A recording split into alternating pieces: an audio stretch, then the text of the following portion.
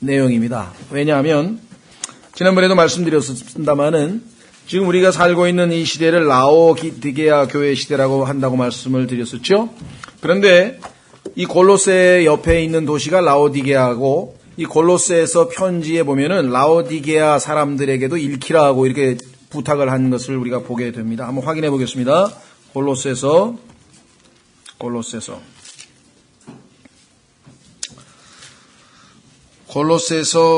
우선 오늘 우리가 공부할 2장 1절에도 나오네요. 2장 1절에도 내가 너희와 라오디게아에 있는 자들과 육신적으로 내 얼굴을 보지 못한 모든 자들을 위해 얼마나 큰 싸움을 싸우고 있는지 너희가 알기를 원하노니, 이렇게 되어 있죠. 뿐만 아니라 4장으로 갑니다. 4장 15절 라오디게아에 있는 형제들과 num바와 그의 집에 있는 교회에게 문안하라. 이 서신을 너희 가운데서 읽은 뒤에 라오디게아 사람들의 교회에서도 읽게 하고 또 라오디게아로부터 오는 서신을 너희도 읽으라. 자, 라오디게아로부터 하나님이 라오디게아에게 보낸 서신이 요한계시록에 있죠. 한번 확인해 보겠습니다. 요한계시록 2장. 7교회 중에 마지막 교회가 라오디게아 교회인데, 이것은 교회 시대의 마지막 시대에 있게 될 교회의 모습을 예수 그리스도께서 예언적으로 보여주신 그런 것인데, 이 교회의 문제점이 현재 우리가 안고 있는, 지금 현재 21세기 여러분과 제가 살고 있는 이 시대의 교회 모습하고 똑같습니다. 너무나 정확하게 하나님께서 말씀을 하셨죠. 14절, 요한계시록 3장 14절, 라오디게아 사람들의 교회의 천사에게 편지하라. 아멘이요, 신실하고 진실한 증인이요, 하나님의 창조를 시작하신 이가 이것들을 말하노라. 내가 내 행위를 아노니 네가 차지도 아니하고 뜨겁지도 아니하는도다. 나는 내가 차든지 뜨겁든지 하기를 원하노라. 그런즉 네가 이같이 미지근하여 차지도 아니하고 뜨겁지도 아니하므로 내가 내 입에서 너를 토하여 내리니. 이 시대의 특징은 미지근한 것이 특징이라고 주님 말씀하셨는데요. 더더군다나 한 가지 더, 17절. 이는 네가 이르기를 나는 부자라. 내가 재산을 불렸으니 아무것도 부족한 것이 없다 하면서, 외형적으로는요, 어마어마하게 부자입니다. 오늘날 예배당들이, 교회들이 보면은 건물도 정말 엄청나게 돈을 들여서도 다 짓고요. 그 다음에 내부 시설도 보면 앞이 무슨 정말 화려한 무슨 무대 못지않게 그렇게 화려하게 꾸며놓고요. 그 다음에 시설들도 파이프 오르간서부터 시작해서 음향 시설부터 시작해서, 그 다음에 요즘에는 또 이 멀티 그래가지고 뒤에다 큰 화면 없는 교회 또 없잖아요. 전부 다 큰 화면 하나씩 다 붙여놨죠. 그것뿐입니까? 교회 버스 있죠. 그 다음에 교회에서 운영하는 요즘 카페가 없으면 또 교회가 안 된다는, 또 교회에서 무슨 카페를 하죠. 그 다음에 또 이 묘지, 하여간 묘지가 없는 또 교회는 안 된다는, 또 그것도 묘지 따로 만들죠. 하죠. 하여간 시설이 어마어마해요. 재산들이 보면은. 그렇죠? 예. 네. 가끔 교회 목사 무슨 연봉이 5억이라는 둥, 이러는 둥, 억 단위로 올라가고 지금. 스스로 물질적인 치부. 그런데 하나님이 보신 평가는요, 전혀 그게 아니에요. 반대잖아요. 여기 보세요. 스스로 부자라고 하는데 하나님께서는 그 물질이라는 거는 금방 있었다가 없어지는 거야. 템포럴한 거야. 눈에 보이는 거는 이건 의미가 없는 거야. 그래서 영적으로는 어떤가? 그 다음에 보면서 내 가련한 것과, 이 가련하다고 하는 것이 거기에 보시면은 아주 비참하다 이거죠. 그 다음에 가련한 것과 비참한 것과, 그 다음에 가난한 것과 눈먼 것과 벌거벗은 것을 알지 못하기 때문이라. 지금 이 시대를 하나님은 평가하시는데 뭐라고 평가하냐면요, 여기 나와 있는 것처럼 하나님 보시기엔 아주 그냥 비참해, 그 다음에 가련해, 그 다음에 가난해, 그 다음에 눈도 멀었어, 그 다음에 벌거벗었어. 그런데도 수치심도 몰라, 창피한 줄 몰라. 자, 그래서 내가 네게 권고하노니 너는 내게서 불로 정지한 금을 사서 부여한 자가 되고, 불로 정지한 금, 신성, 하나님의 말씀 신성, 흰옷을 사서 입어 내 벌거벗은 수치를 드러내지 말며 또 내 눈에 안약을 발라볼지니라. 영적인 진리를 볼 수 없는 눈, 우리가 살고 있는 이 현실을 제대로 분별할 수 있는 능력이 없는 이 시대의 모습. 그래서 19절 내가 사랑하는 자들을 다 책망하고 징계하노니 그런즉 열심을 내고 회개하라. 보라 내가 문에 서서 두드리노니. 예수 그리스도께서 예배당 안에 있는 게 아니라 예배당 밖에 있는 시대의 교회가 이 시대예요. 그러니까 예수님은 바깥으로 내보내고 자기들끼리 모여가지고 영과 진리가 아닌 그저 뭘 하는지도 모르는 그 허탄한 예배, 헛된 예배를 드려서 이스라엘 백성에게도 나는 그런 예배는 싫으니까 절기도 싫고 뭐 희생물도 싫고 난 다 싫다. 그래서 하나님께서 나는 너희 있거나 이제 더 이상 아주 쳐다보기도 싫다고 했던 그런 아주 이스라엘의 영적 상태가 오늘날 우리가 지금 살고 있는 이 시대하고 똑같다고 하는 것입니다. 너무나 정말 하나님 보시기에 오죽하시면 하나님께서 영과 진리로 경배해야 하리니 내가 이와 같이 경배하는 자들을 찾고 있노라. 얼마나 영과 진리로 경배하는 사람들이 없으면 하나님께서 찾고 있다고 하시겠습니까? 자, 그래서 분명하게 약속을 합니다. 내가 문에 서서 두드리노니. 그러니까 이 시대는요, 이제 교회들은 다 희망이 없고 개개인이 문 여는 사람들. 문을 여서 들어오니 누구든지 내 음성을 듣고 문을 열면 내가 그에게로 들어가 그와 함께 만찬을 먹고 그는 나와 함께 먹으리라. 자, 이 라오디게아 시대는 이와 같이 물질적인 칩으로 인해서 영적으로 가난하게 된 것이었는데요. 사치, 그렇죠? 사치스러움.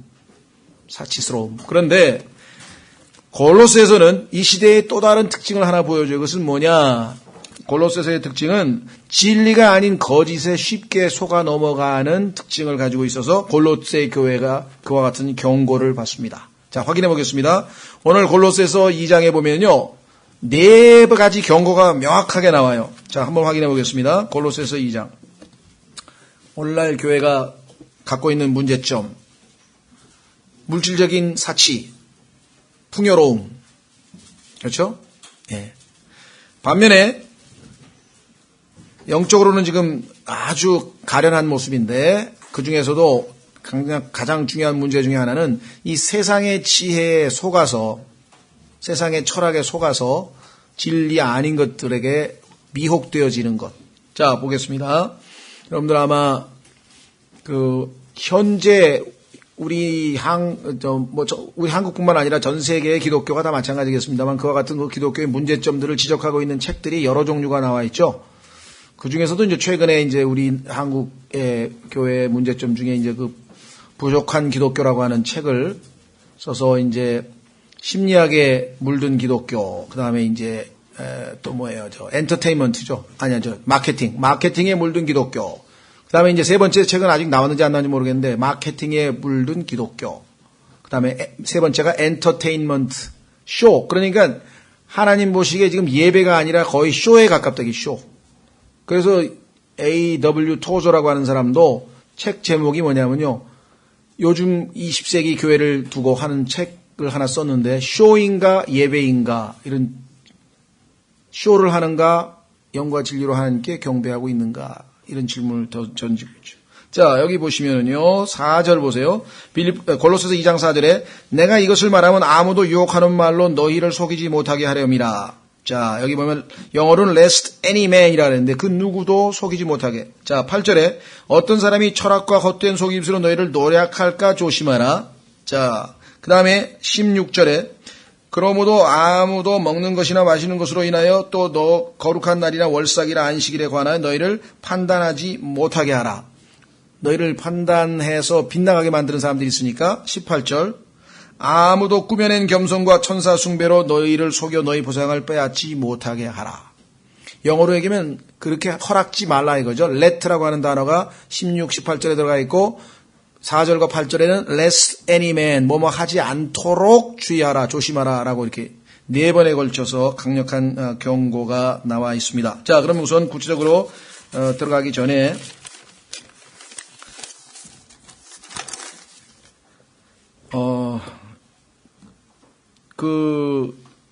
소위 말하면 골로새 당시에 유행하고 있었던 그런 거짓 교리들, 잘못된 것들. 그런데 그것이 현재 오늘날 이 시대에도 동일하게 다 지속되고 있고 똑같은 형태로 나타나고 있는데 그 중에 여기 이제 나중에 구체적으로 보겠습니다만은 7가지 정도가 나와주면서 6가지가 나와 있는 것 같아요. 영지주의라 그래가지고 소위 말하면 치식, 영지주의라는 용어가 있는데요. 그것은 뭐냐면 사람의 지식, 인간의 지식, 철학이죠. 철학을 하나님의 말씀보다 더 중요시 여기고 심지어는 하나님의 말씀을 해석하는 수단으로 철학을 동원하는 거예요. 그뿐만 아니라 요즘에는 또 언어학을 동원해가지고 마치 문학작품을 비평하듯이 성경을 마치 문학작품 비평 방식으로 비평하는 것이 아주 대유행이 됩니다. 신학교에서는 다 그걸로 지금 소위 말하면 고등비평 무슨 비평 해가지고 하죠. 그 다음에 이제 율법이냐 은혜라고 했을 때 율법주의가 지금 여기에 보면 나와 있고요. 뭘 해라, 지켜라, 월삭, 소위 말하면 매월 첫째 달은 뭘 해야 되고 무슨 경배를 드려야 되고 무슨 제사를 드려야 되고 무슨 희생제를 드려야 되고 이런 율법적인 것들을 여전히 지키려고 하죠. 오늘날에도 보면 예배당에 가면은 무슨 헌금 봉투에 보면은 사순절 헌금, 뭔 헌금 또 무슨 절이 그렇게 많은지 모르겠어요. 구약에 있는 것까지 다 해가지고 그 명절들을 그러니까 아마 그 헌금을 내기 위한 어떤 그 명분을 세우기 위해서 그 명절들을 다 일일이 또 지키는 것 같아요. 전혀 신약 그리스도인들하고 아무 상관이 없는 겁니다. 그건. 심지어는 사순절, 그 다음에 부활절, 그 다음에 이제 또 무슨 절 해가지고 나중에 이제 가면은 크리스마스 이르기까지 수없이 많은 그런 이 성경에 나와 있는 절기, 그 절기하고는 우리 그리스도인하고 상관이 없는데, 그날을 특별한 의미를 자꾸 부여하고, 자꾸 또 무슨 봉투 만들어서 특별 헌금 내게 하고. 자, 그 다음에 이제, 천사 숭배라고 여기 나와 있는데요. 스피리티즘, 소위 말하면 이 어떤 그 영적 현상 또는 영적인 존재들에 대한 이 숭배. 여러분들 아마 킹제임 성경을 배우기 전에는 천사가 다 좋은 천사인 줄 알았는지 모르겠는데, 성경에 보니까 천사는요, 하나님의 천사가 있고 마귀들의 천사가 있고 천사가 다 똑같은 천사가 아니에요. 그렇죠? 우리는 보통 천사를 좋은 의미로 쓰잖아요. 어린애가 참 귀여워 아유 천사 같아 그러는데 하나님의 천사인지 마귀의 천사인지 구분하셔야 돼요.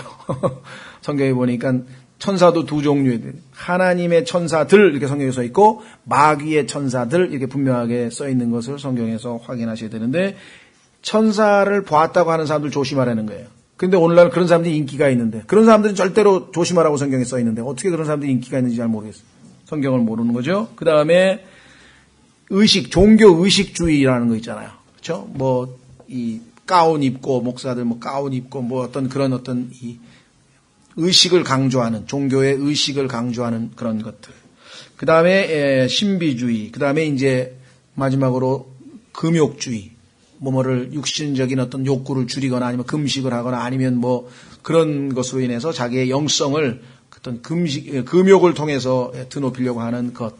이거는 아무런 성경적 진리하고는 상관이 없는데 이와 같이 6, 7가지 많은 문제들이 있다. 자, 한번 이제 구체적으로는 들어가면서 좀 보겠습니다만은 일단 1절서부터 내가 너희와 라오디게아에 있는 자들과 육신적으로 내 얼굴을 보지 못한 자들, 아직 바울을 직접 이렇게 대고 얼굴을 보고 같이 알지 못하는 사람들이 있는데 그 골로새에 있는 형제들을 위해서 얼마나 큰 싸움을 싸우고 있는지 너희가 알기를 원하노라.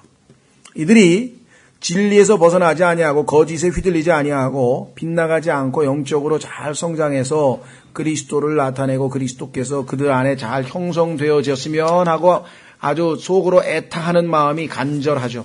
자, 한번 두 군데 살펴보겠습니다. 고린도후서에 가면은요, 바울의 교회들을 향한 애타는 마음.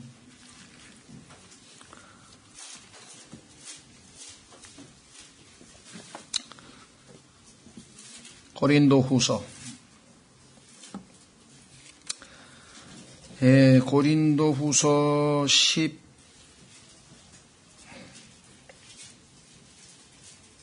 11장.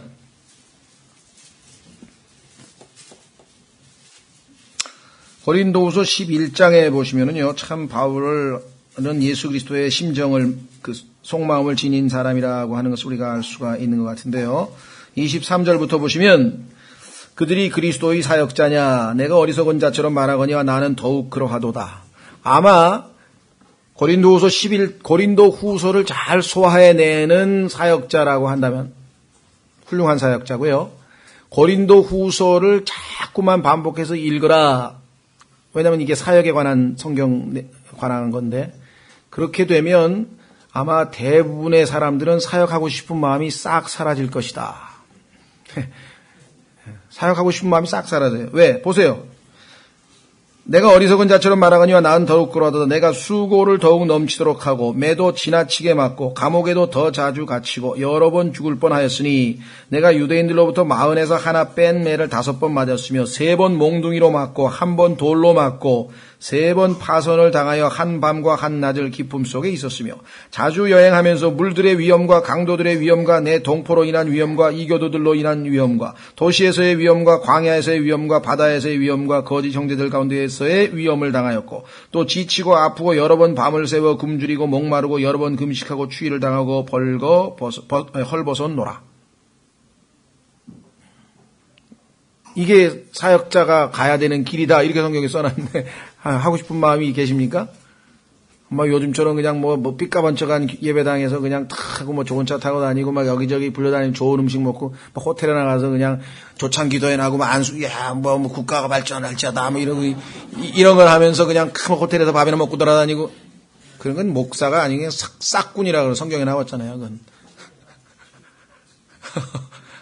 그런 걸 보니까 전부 다들 뭐야? 너 뭐 할래? 목사 될래요. 삐까번쩍 차 타고 다니고 그냥 뭐.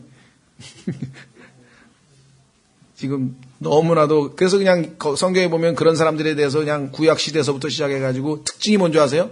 너희는 달라 하는 도다. 하나님께서 그 가짜 목사들의 특징이 뭐냐면 give me 무슨 뭐 이게 6.25 때 해방 후에도 그렇고 6.25 때도 그렇고 우리 어린애들이 뭐 미군들 만나면 give me gum 뭐 give me chocolate 맨날 그랬다더니 그게 입에 붙어 다니는 사람들이야. give me. 그러니까 어떤 분은 그래요. 야, 하나님도 너무하시지. 이렇게 고생을 하도록 내버려 두셔? 이런다고. 근데 저는 반대거든요. 이렇게 고생을 했는데도 하나님이 얼마나 매력적이면 더 그분을 섬기려고 악착같이 더 했을까? 이렇게 고생을 했는데도 이게 아무것도 아니야. 얼마나 주님과의 동행이 지금 여기 바울이 하나님으로부터 누리고 있는 엄청난 내적인 기쁨과 평안과 축복 이런 걸 지금 얘기를 안 해서 그렇지 그게 없었으면 바울이 무슨 슈퍼맨이라고 이런 걸 다 하고 있겠어요? 이런 게 아무렇지도 않을 정도로 하나님은 위대하신 분이시구나. 놀라우신 분이시구나. 그리고 이런 걸 다 이겨내도록 하셨구나. 그렇죠. 그리고 이 바울은 하나님께서 자기에게 상 주실 것을 바라보면서 주님 품으로 갔구나. 이게 돼야지. 야, 예수님이 이거 하나님이 자기 일을 하나님 일을 하는데 뭐 이렇게 고생을 시키시나 그래. 이런 분이 있다. 관점을 한번 달리해서 보십시오. 그래서요. 성경 66권 중에서 가장 어려운 성경을 스가랴서라고 보통 얘기해서 스가랴서는 거의 잘 안 가리킵니다. 그 다음에 이제 에스겔서도 있고 좀 어려운 게 있는데 내용이 어렵다기보다도 받아들이기가 쉽지 않아서 잘 안 가리키는 성경 그게 고린도 후서예요. 근데 고린도 후서에 아주 훌륭한 우리 신앙생활의 원칙이 될 만한 그 말씀들이 사실은 많이 들어있어. 근데 고린도 후서를 사실 공부를 거의 잘 안 합니다. 내용이 보면은 이렇게 제가 오늘 말씀드리고자 하는 것은 28절이에요. 이렇게 어려운 상황에서도 바울의 마음속에 있는 게 뭐냐? 이렇게 밖에 있는 그 일들 외에도 이렇게 외적으로 많은 고난을 당하는데도 날마다 내게 닥치는 일이 있으니 곧 모든 교회를 위하여 염려하는 것이라. 라오디게아 교회는 보니까 영적으로는 깜깜하고 어둡고 장님이고 그렇게 하나님에 대해서 아무것도 모르면서 말이지 그냥 뭐 우리가 부자라고 우리는 없는 게 없다 그러고 이러고 있는 모습을 보니 한심하고 골로새를 보니까 정말 이 위태위태해. 그냥 이리들이 그냥 왔다 갔다 하면서 양의 탈을 쓴 이들이 왔다 갔다 하면서 사람들을 속여가지고 미혹시키고 그래가지고 보니까 어느 날은 누구는 어디로 주르륵 따라가고 누구는 어디서 이상한 데로 주르륵 따라가고 이게 바울이 노심초사. 그렇죠? 예. 자, 그래서 요한 1서로 가면은요, 진정한 목회자라고 한다면 그 사람의 기쁨은 딴 게 아닙니다. 교회에 뭐 숫자가 많이 늘어났는데, 그것도 기뻐할 일이죠. 하나님께서 많이 붙여주시면 그것도 기뻐할 일이고, 우리가 외형적으로도 하나님께서 주시는 물질적인 축복을 당연히 우리가 감사함으로 받고 하지만 그러나 진정한 기쁨은 주님의 몸된 교회 형제 자매들 지체들이 하나님 앞에서 제대로 잘 성장하고 있느냐 이것입니다. 자, 요한 2서 요한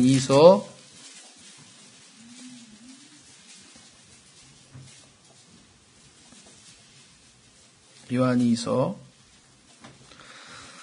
1절 장로는 물론 요한을 가리킵니다. 자기 자신을 장로로 했죠. 장로는 선택받은 부인과 그녀의 자녀들에게 편지하노라. 내가 진리 안에서 너희를 사랑하며 진리 안에서 사랑하셔야 됩니다. 나뿐 아니라 진리를 안 모든 자도 그리함은 우리 안에 거하며 영원토록 우리와 함께할 진리로 인함이라. 하나님 아버지와 아버지 아들 주 예수 그리스도로부터 은혜와 긍휼과 평강이 진리와 사랑 안에서 너희와 함께 있을지어다. 내 자녀들이 우리가 아버지께 명령을 받은 대로 진리 안에서 걷는 것을 내가 보고 크게 기뻐하였노라. 그런데 진리 안에서 안 걷고 빗나가 버리면 어떻게 돼요?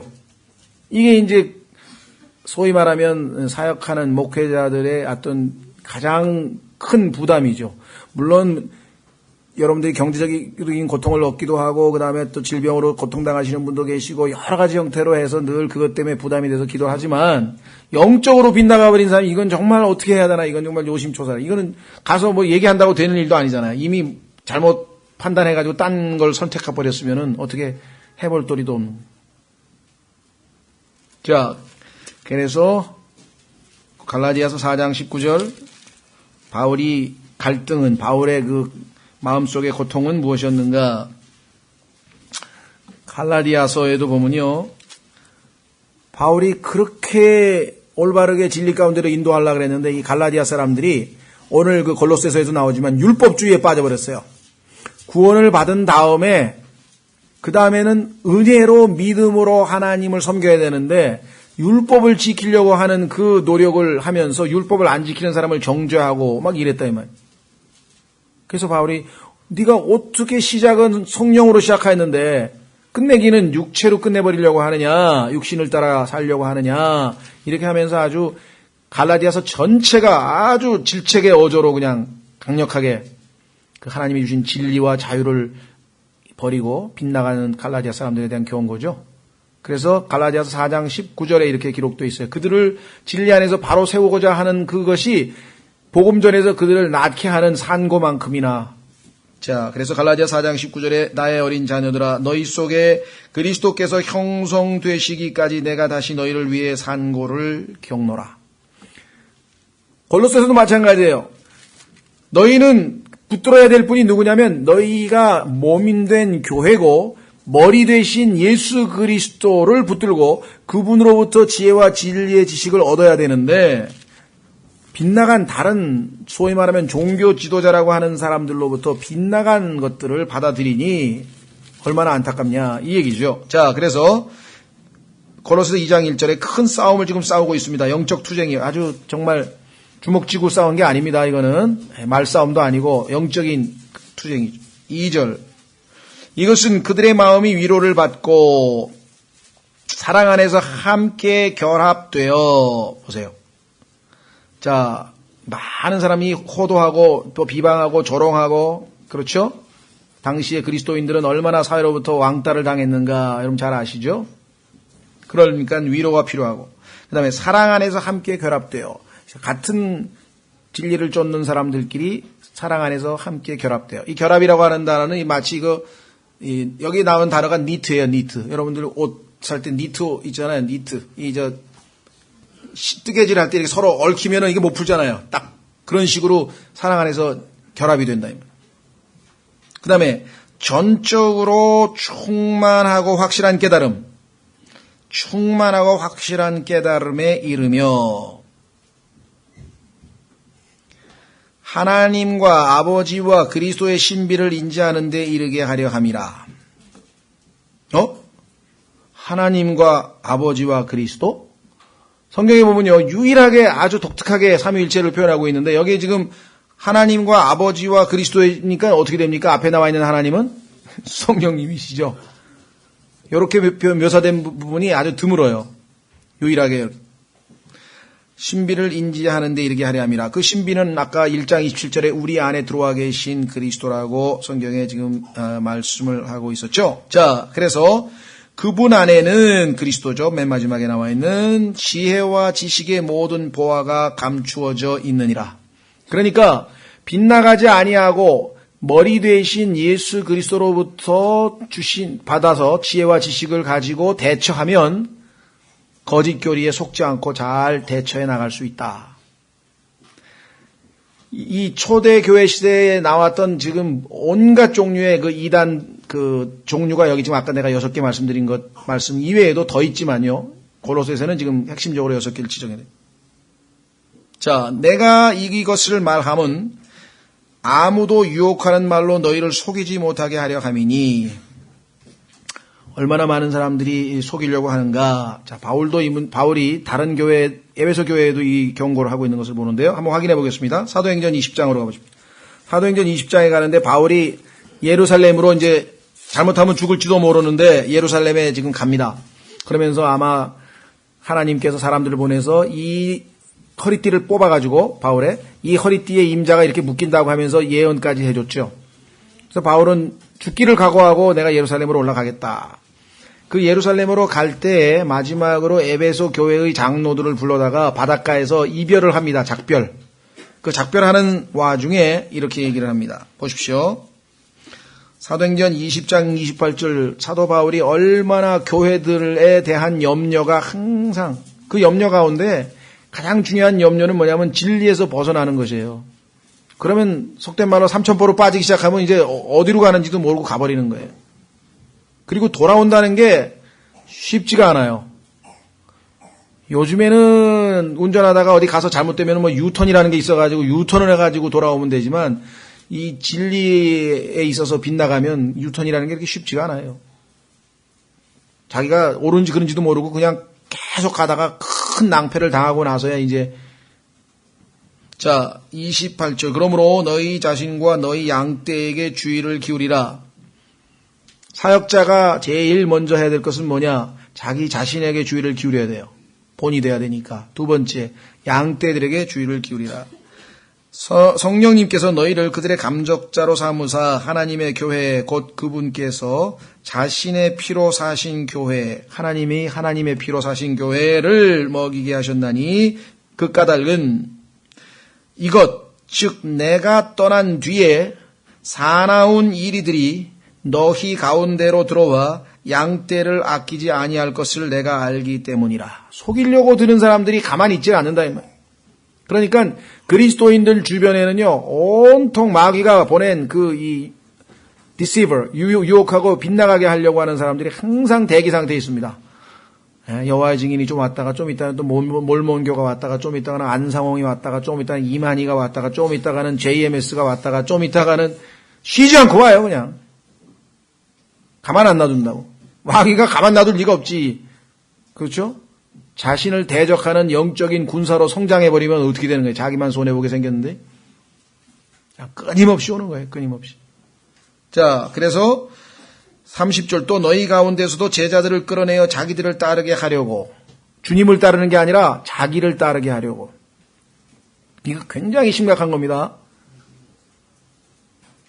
그리스도인들에게 있어서 좀 안타까운 것은 예수 그리스도를 자랑하고 예수 그리스도를 드높이고 예수 그리스도에 대해서 얘기를 해야 되는데 우리 목사님 말이야 그냥 계룡산에 가서 성경을 1000번 읽고 오셨는데 또 어떤 사람은 우리 목사님 내가 이렇게 보니까 정말 매 순간마다 그냥 하나님의 인도하심을 받고 있더라고. 성경에 보니까 하나님의 아들들은 다 하나님이 인도하신다고 써 있어. 그럼 나도 모든 그리스도인들이 다 하나님의 인도하심을 받고 있는 거야. 그렇죠? 네.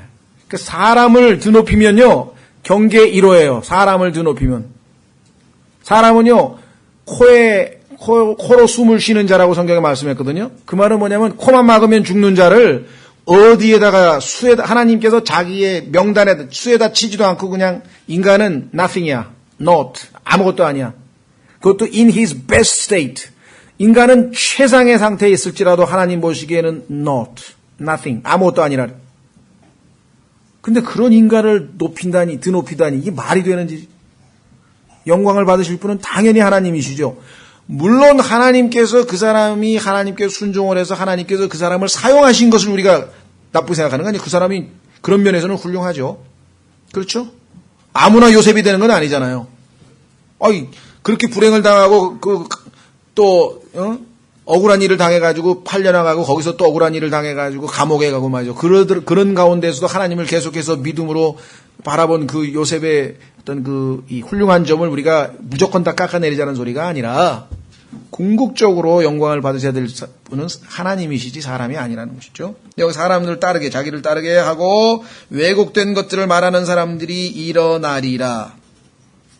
이게 예언입니다. 2000년 교회 회사 동안에 내내 일어났어요. 별의별 사람들이 다 일어났다. 별의별 사람들이 다 일어났다.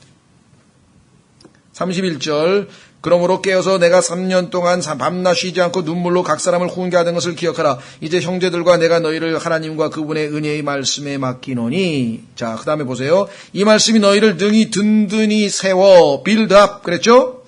이 말씀이 너희를 능히 든든히 세워 거룩히 구별된 모든 자들 가운데 너희에게 상속유업을 주리라.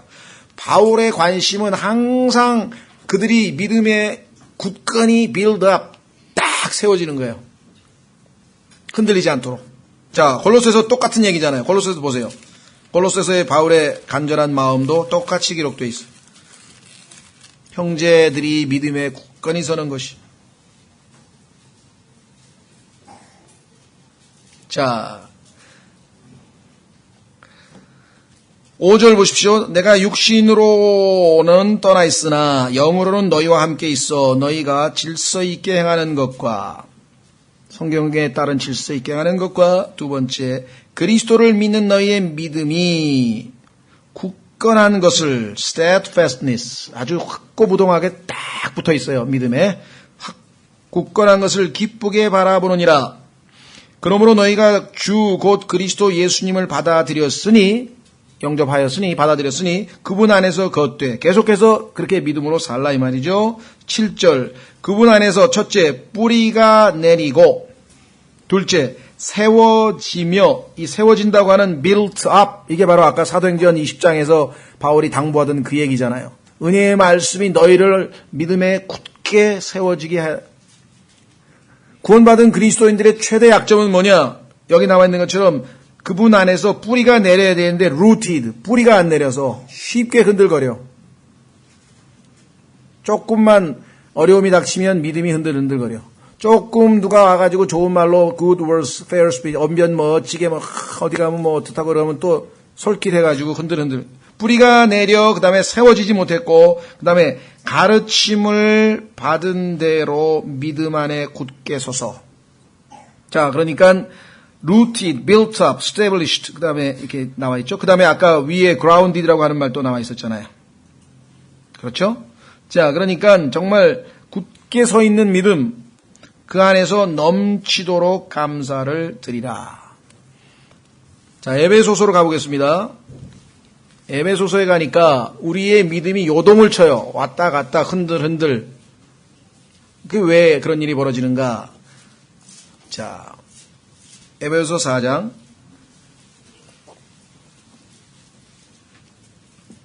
에베소서 4장.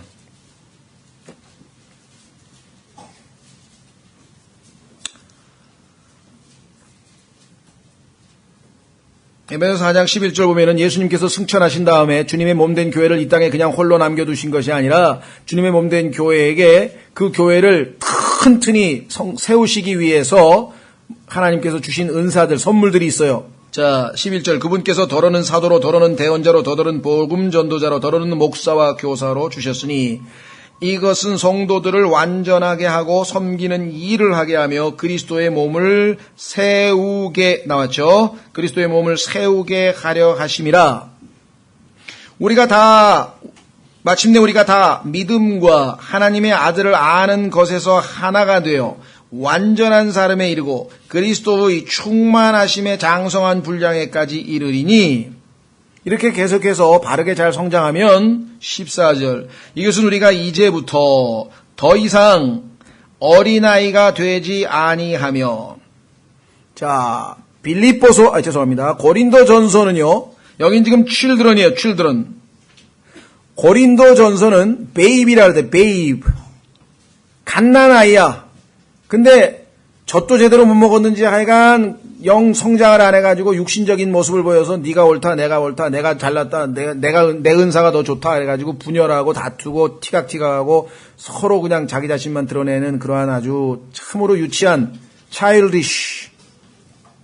childlike 그는 좋은 거예요. 어린아이처럼 순전하라. 그래야 하늘나라에 들어가느니라. childish 어린아이처럼 유치해. 자기 것만 챙기고 욕심 부리고 그런 신앙이었어요. 근데 지금 에베소에도 보면은 베이비에서 한 단계 높아진 게 차일드 아니에요. 조금 낫기는 낫는데 그 차일드에서 머물러 가지고는 안 된다는 것이죠. 그래서 더 이상 우리가 거기에 머물르면 안 된다. 자, 그러면 하나님께서 그 차일드 베이비 상태에서 차일드가 되고 차일드 상태에서 한 단계 영맨인데요. 청년으로 영적인 청년으로 성장케 하려고 하나님께서 여기다가 주신 게 뭐예요? 목사와 교사를 통해서 성경을 부지런히 가르친다 그랬대요. 그렇죠? 그냥 꾸준한 교회 생활 이게 참 중요한 겁니다. 이게 아무것도 아닌 것 같아도 건강의 핵심은 뭐냐? 밥을 꾸준히 잘 먹는 거예요. 그런 사람은 다른 거 필요 없어요. 그렇죠? 일단 교회 생활을 꾸준히 하면서 주일 설교, 성경 공부 이렇게 해서 차근차근 쭉 누적이 되면은 아주 튼튼하게 성장할 수 있습니다. 그래서 여기 더 이상 어린아이가 되지 아니하여 여기 나왔죠? 골로새서에 나온 거 속임수. 사람들의 속임수와 몰래 숨어서 속이려 하는 자들이 사용하는 간교한 술수로 말미암아 그런 술수를 쓰면 사람들이 어떻게 되는가? 믿음이 약한 어린아이들은 온갖 교리의 바람에 이리저리 흔들려 밀려다니지 아니하고 교리의 바람에 흔들려 이리저리 밀려다니는 사람은 이미 마귀들에게 이제 소위 말하면 밥이 된 거죠. 자, 그래서 골로새서에서도 바울의 기도는 바로 그것이에요. 그래서 이제 구체적으로 어떤 것들이 그들을 위협하고 있는지 구체적인 내용은 이제 그 다음 8절서부터 나옵니다. 자, 우선 5절에 조금 보완하면요. 그리스도를 믿는 너희의 믿음이 굳건한 것을 기쁘게 바라보느니라. 질서 있게 행하는 것. 하나님께서 성경적으로 주신 이 영적인 질서 안에서 행동하는 것과 그 다음에 믿음이 굳건한 것 두 가지죠. 6절에 주 예수 그리스도를 받아들였으나 그분 안에서 걷되. 자, 우리가 예수님을 우리 안에 모시고 있는 거하고 그분 안에서 걷는 거하고는 별개 문제입니다. 예수님을 믿고 우리가 그리스도 안에 들어왔습니다. 그러나 그리스도 안에서 그리스도를 따라 살지 아니하고 성령을 따라 살지 아니하고 육신을 따라 사는 경우가 있다고 했었습니다. 그렇죠? 갈라디아가 바로 그래요. 갈라디아서 5장 한번 보겠어요. 갈라디아서 5장에 보면요. 25절에 그렇게 기록되어 있어요. 여러분과 저는 구원받은 그리스도인이기 때문에 이미 성령 안에서 살고 있습니다. 자, 확인해 보겠습니다. 25절. 갈라디아서 5장 25절에 만일 우리가 성령 안에서 살면 모든 그리스도인들은 성령 안에 살고 있어요. 근데 그 다음에 뭐라 그랬습니까? 또한 성령 안에서 걸을지니 구체적으로 우리의 삶의 매 순간순간에서 실제적으로 행동들이 일어나야 된다. 그 말씀이죠. 자, 그래서 다시 골로새서로 넘어가서 7절 뿌리를 내리고 세워지며 가르침을 받은 대로 믿음 안에 굳게 서서 그 다음에 이제 중요한 거죠. 그 안에 넘치도록 감사를 드리라. 정말 우리가 믿음 안에서 바로 세워졌을 때는요. 그것에 대한 그 하나님의 이 역사하심과 은혜와 도우심에 대해서 늘 감사할 수 있고 그래서 이 골로새서의 또 다른 주제가 감사예요. 감사라는 말이 골로새서에 아주 집중적으로 굉장히 많이 나옵니다. 자, 이제 구체적으로 제일 뭐라 그럴까요? 주적이라 그러죠? 우리나라에 보니까 지금 뭐 주적 개념에 대해서 지금 우리나라의 주적이 누구냐 그랬더니 국방부 백서에는 옛날에는 이 북한이라고 써 있었잖아요. 근데 그거를 뭐 주적이라는 걸 뭐 없애야 된다 말아야 된다 그러고 또 티각티각 한번 했었죠. 근데 육군사관학교인가 1학년 생도들에게 대한민국의 주적이 누구냐 하니까 미국이라 그랬더니 육군사관학교, 사관학교 생도들이.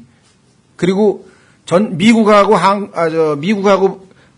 북한하고 전쟁하면 누구를 도울 것인가? 전부 북한을 돕는다는 거예요.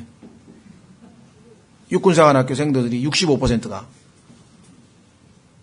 그래가지고 그 육군사관학교 그 교수 한 사람이 너무 놀래가지고 역사 교과서를, 그러니까 걔네들이 초중고 6년 동안 그 배워온 역사 교과서에 영향을 받아서 그렇게 쇠뇌가 돼버린 거예요.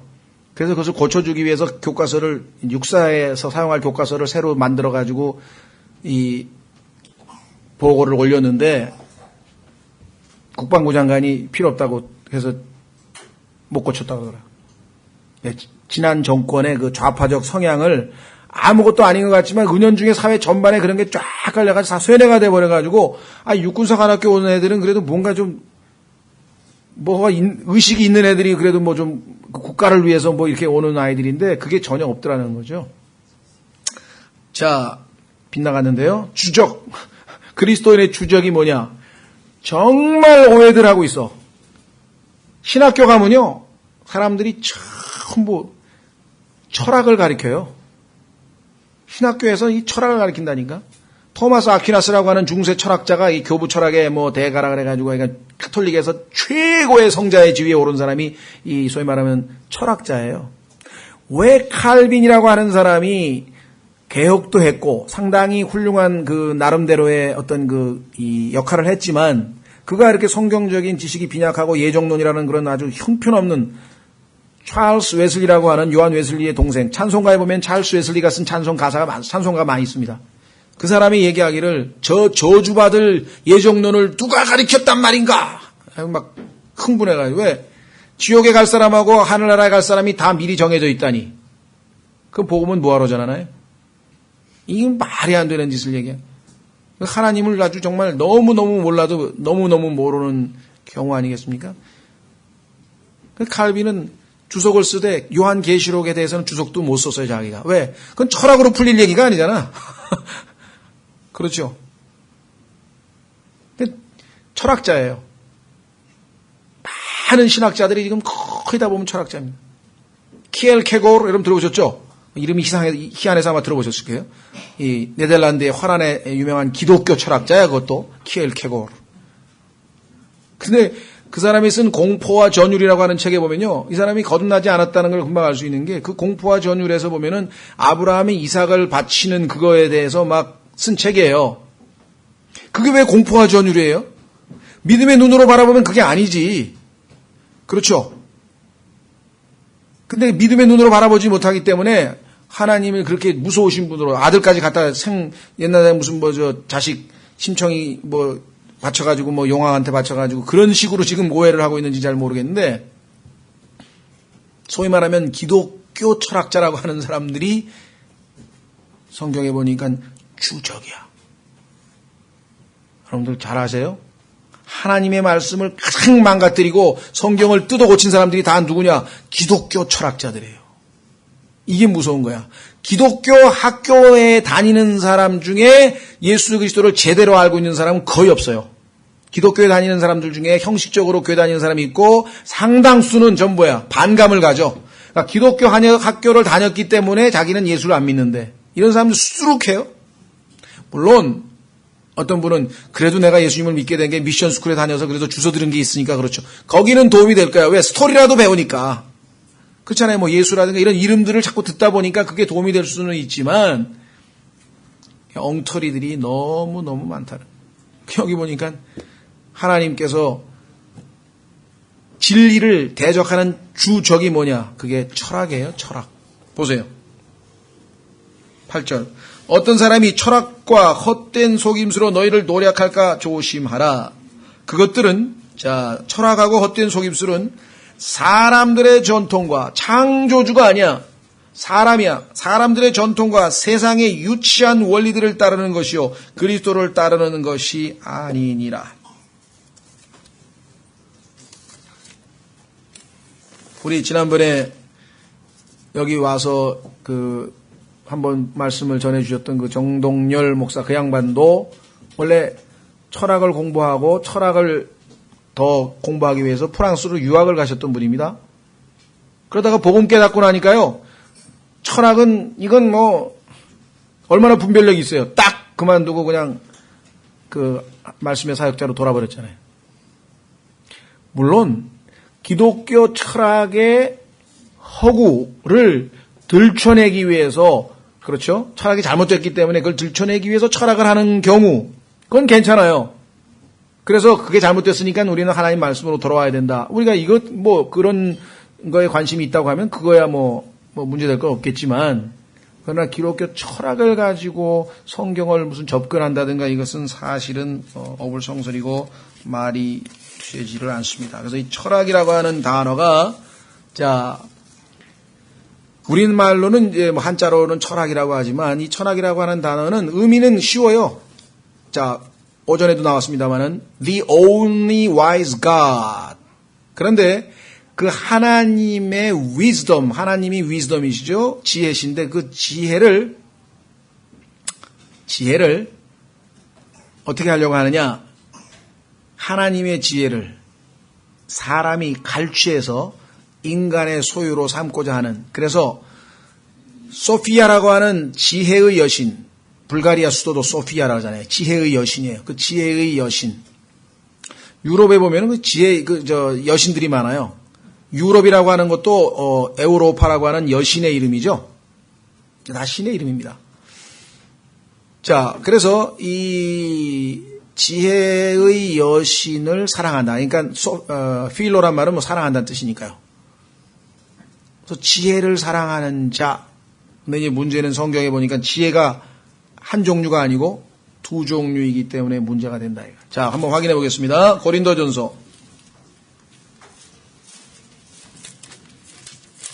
고린도전서에 가시면은요.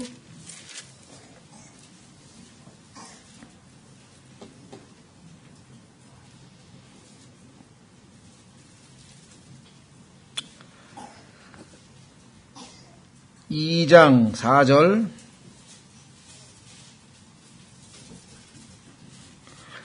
또 나의 말과 나의 복음 선포를 사람의 지혜의 유혹하는 말들로 하지 아니하고 성령과 권능을 실증함으로 하였으니. 자, 여기 보면 사람의 지혜란 말이 나오죠. 5절에도 이것은 너희의 믿음이 사람들의 지혜 안에 서지 아니하고 사람들의 지혜가 나왔죠. 6절 그러나 우리가 완전한 자들 가운데서 지혜를 말하거니와 이 지혜는 하나님의 지혜입니다. 그것은 이 세상의 지혜가 아니요 또 아무 쓸모없게 될 이 세상 통치자들의 지혜도 아니라. 7절 다만 우리는 신비 속에 있는 하나님의 지혜 곧 감추어진 지혜를 말하노니 이 지혜는 하나님께서 우리의 영광을 위하여 세상이 생기기 전에 미리 정하신 것이라. 이 지혜는, 하나님의 지혜는 이 세상 통치자들 중에서 아무도 알지 못하였으니 만일 그들이 그것을 알았더라면 영광의 주를 십자가에 못 박지 아니하였으리라. 그렇죠? 자, 지혜에 대해서 또 1장으로 가보십시오. 고린도전서 1장에 보시면 19절, 고린도전서 1장 19절, 하나님께서 철학에 대해서 지혜, 자, 지혜하고 철학은 거의 같은 말이라 그랬습니다. 자, 1장 19절, 기록된 바 내가 지혜로운 자들의 지혜를 무너뜨리고 철학자들의 지혜를 무너뜨리고 분별 있는 자들의 명철을 쓸모없게 만들기라 하였으니. 지혜로운 자가 어디 있느냐? 하나님 앞에 지혜로운 자가 어디 있어요? The only wise God 한 분뿐인데 서기관이 어디 있냐? 이 세상의 변론가가 어디 있느냐? 자, 하나님께서 이 세상의 지혜를 어리석게 만들지 아니하셨느냐? 21절 하나님의 지혜에 있어서는 세상이 지혜로 하나님을 알지 못하였으므로. 아무리 철학을 하고 박사학위 5개, 6개 해도요, 몰라요. 예를 들면, 하버드 대학의 유명한 뭐 철학자요, 신학자라고 하는 폴 틸리라고 하는 사람, 폴 틸리. 근데 그 사람이 아주 유명인사니까 나중에 죽게 됐어요. 그래서 이제 기자들이 찾아가가지고, 교수님 지금 이제 거의 이제 죽음이 다가오셨는데 뭐 혹시 기도라도 하고 계십니까? 그 유명한 말이 있어요. I'm not praying, but I'm meditating. 나는 기도하고 있지 않소. 나는 묵상하고 있는 중이요. 묵상은 혼자 하는 거고요. 기도는 누가 대상이 있어서 하는 거거든요. 그는 하나님이 계신 것을 모르고 믿지도 않았어요. 로빈슨이라고 하는 사람인데 이름이 정확한지 잘 기억이 잘 안 나네. 하여간 로빈슨일 거예요. 영국의 유명한 신학자 중에 한 사람인데 그 사람이 쓴 책이 이름이 하나님께 솔직히라는 책이 있어요. Honest with God. 하나님께 솔직히. 그래서 난 뭐 하나님께 솔직하게 고백하고 한번 나가서 회개하고 구원받는다는 책인 줄 알았더니 그게 아니고 하나님께 한번 솔직히 얘기해보자. 다시 말하면 정말 솔직하게 한번 얘기해보자. 하나님이 있냐? 없는데 그냥 우리가 나약하니까 있다고 그런 거 아니냐. 그런데 뭘 그렇게 연연하냐. 영국 최고의 신학자가 쓴 책이 그거예요. 하나님께 솔직히. 우리나라에도 번역되어 있고 아주 뭐 신학교 교양 도서에 들어가 있습니다. 그러니까 어떤 사람들이 맞아 내가 여태까지 속았구나. 그리고 또 박수치고 좋아하는 사람이 있어요. 실제로. 왜? 자기도 진짜 하나님이 계시가 안 믿고 그냥 교회 다니고 그냥 그랬는데 자기하고 똑같이 생각하는 사람이 나타났다 이게. 그러니까 진짜 한번 솔직히 더놓고 얘기해보자. 진짜 하나님이 있다고 믿는 사람 나와봐. 여러분 생각해 보셨어요? 얼마나 엉터리 가짜가 많은지. 그래도 그 사람은 솔직한 거예요. 그런데 저 뒤에서 맞아. 그런데 안 돼. 난 얘기하면 안 돼. 그러다 속으로 안 하고 있는 사람도 있다고 또. 차라리 솔직하게 터놓은 사람도 그렇다고 치고. 예? 슈바이처. 정글의 무슨 교육의 아버지고 그 사람도 가짜예요. 그 사람이 쓴 책도 Historic Jesus. 역사적 예수. 별게 아니에요. 그냥 예수님 우리처럼 살고 좋은 말씀하고 이런 건 다 좋은데 무리를 걸어가고 죽인 자를 살리고 그런 게 어디 있어. 그런 게 어딨니. 그게 히스토릭 지저스의 핵심 내용이에요. 예수님은 그냥 우리처럼 역사적으로 산 인간이지 뭘 그거를 유대인들이 미화시킨 걸 가지고 기적이 일어나고 죽은 자를 살리고 쓸데없이 무슨 당신이 죽었다가 살아날 것 같아. 편만해. 말도 안 해. 당신이 믿는 근거가 뭐야? 예수님이 부활했다가 그거 믿고 있는 거 아니야? 그런 거는 실제가 아니다. 역사가 아니다 이 말이죠. 간디도 한때 크리스찬이라 그랬어요. 간디, 힌두교 믿는 간디도. 그러니까 크리스찬이란 말은 그냥 예수님처럼 원수를 사랑하라. 참 그거 좋은 말이야. 야 정말 훌륭해. 그런 사람 다 크리스찬이야. 예? 제가 어떤 외국 사람 하나 만났는데 그 사람이 나보고 나 얘기를 하다가 종교 얘기가 나왔더니 자기도 하나님 믿는데 제가 뭐라는지 아세요? Which God? 당신의 믿는 하나님은 어떤 하나님인데 내가 믿는 하나님은 성경에 revealed, 계시되어진 성경의 하나님이야. 당신은 믿는 사람이 그 하나님이야? 자기는 사랑의 하나님을 믿는데 그 사랑의 하나님 맞죠? 성경에도 있잖아요. 예. 그러면서 자기가 믿는 하나님은 너무 사랑이 많으시대. 얼마나 많은데 그러니까 사람을 지옥에 안 보낸대. 여러분들 그게 멋있는 말 같죠? 사람들한테 생각해 보세요. 하나님이 너무나 사랑이 많아서 사람을 지옥에 안 보낸다 그러면 세상 사람들이 그걸 좋아합니까? 자기 아들 예수를 안 믿으면 지옥에 보내버리는 하나님을 좋아하겠습니까? 여러분 생각해 보세요. 예? 근데 하나님께서 선악을 구분하지 않고 옳고 그름을 구분하지 않고 그냥 두리뭉실 뭐든지 다 덮어주고 다 사랑하시는 그런 하나님이라면요. 생각해 보세요. 얼마나 살벌하겠는가. 예? 유영철? 사랑해. 괜찮아. 더 죽여. 괜찮아. 내가 다 사랑해 줄게. 더 죽이라고. 난 지역에 안 보내니까 더 죽이라고. 근데 도대체 어떤 하나님을 믿는지 모르겠어요. 자, 그래서 여기 보시면 지혜. 자, 이 지혜가 어디에 나오느냐 한번 확인해 보겠습니다. 에스겔서 이거 시간 다 됐네. 에스겔서 28장.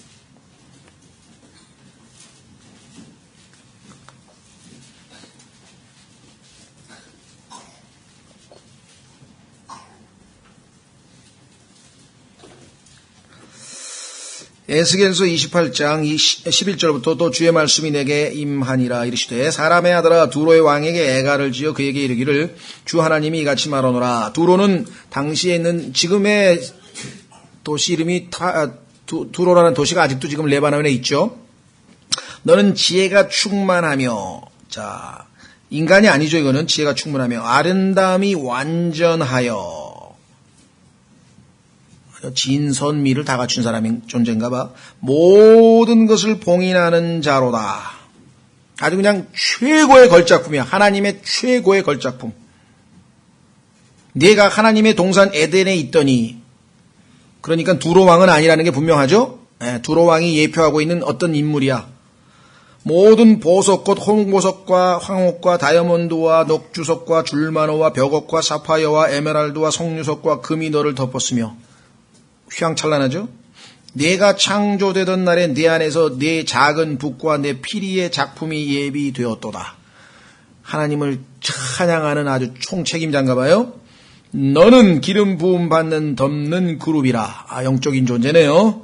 내가 너를 그렇게 세우매 내가 하나님의 거룩한 산 위에 있었고 하늘에 있는 시온산 불타는 돌들 한가운데 오르내리며 다녔도다. 지옥이네요. 불타는 돌들이 있는 거. 그러니까 뭐 지옥서부터 시작해서 셋째 하늘까지 그냥 막 오르락내리락 하고 엄청난 존재.